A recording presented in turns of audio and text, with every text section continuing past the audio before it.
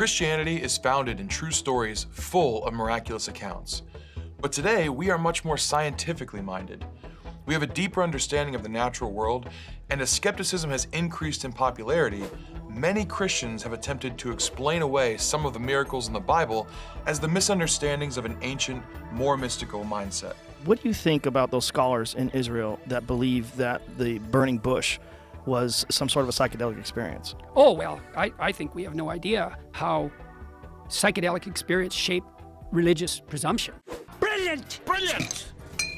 But Christianity, even in this modern time, is quite literally a supernatural worldview, with the word supernatural meaning anything outside of or transcending the natural world. In fact, without certain miracles like the creation by God or the resurrection of Jesus Christ, the entire ideology falls apart. While it's true that the Bible is full of non-literal storytelling like poetry, parable, and metaphor, the miracles in the Bible are meant to be taken literally. Let me explain. The Gospels are biography, the book of Acts claims to be a historical account, and the miracles in the Old Testament are found in non-fictional forms. Not poetry, not allegory, not prophecy. Historical records of actual events. As I said a moment ago, Christianity as a whole is a faith built on the story of the miraculous. In these places where the Bible claims that these miraculous events are true acts of God, we can either reject that the Bible is truthful, or we can accept the miraculous. There really isn't a great way to talk our way out of that one.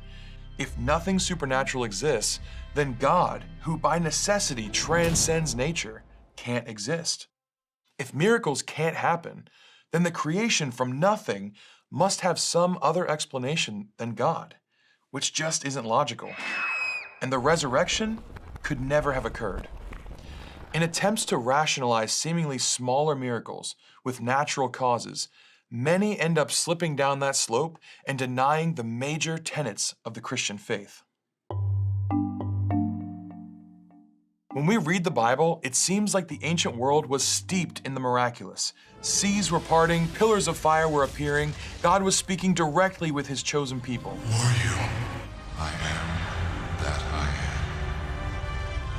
am. But when we look up from our Bibles and out into the world around us, we don't see much of that. Hello!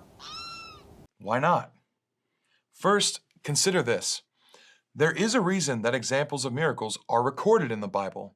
They were amazing then too.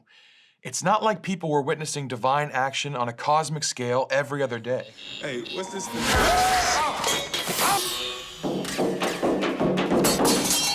Often, it was a sign or a revelation to a select few people for a specific purpose.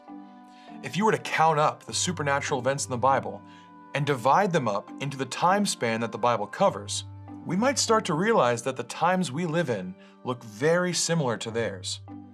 In between Malachi and Matthew, 400 years of no new scripture.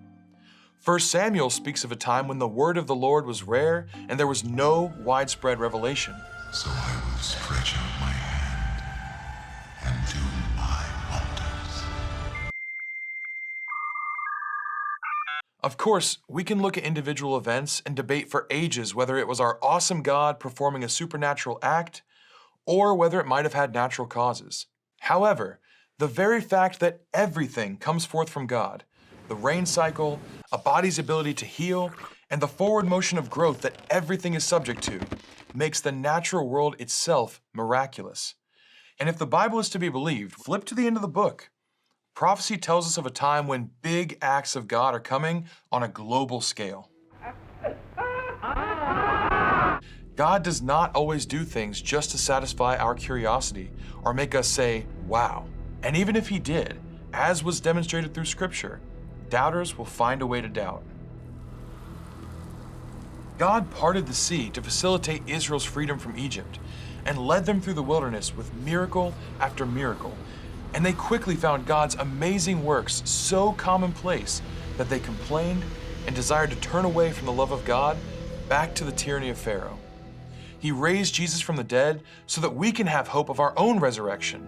And still, people from the 1st century onward have refused to believe. He gave the gift of tongues, accompanied by cosmic wind and fire, to those at the first Pentecost, so that they could effectively and efficiently spread the gospel message across the land. And it took the apostles years to even leave Jerusalem to spread the good news. So if you don't see something that you count as a miracle during your lifetime, consider this. Maybe you are too swayed by skepticism and aren't recognizing some of God's amazing work for what it is. Maybe you're demanding certain proofs from God that He knows you don't actually need in order to believe in Him. Maybe the one thing you are hoping to see doesn't fit into His greater purpose. Maybe God will grant that miracle now or sometime in the future, but one way or another, He knows what is best and has perfect timing. All of this is a hard reality, but it's one that we can ask Him for strength to accept.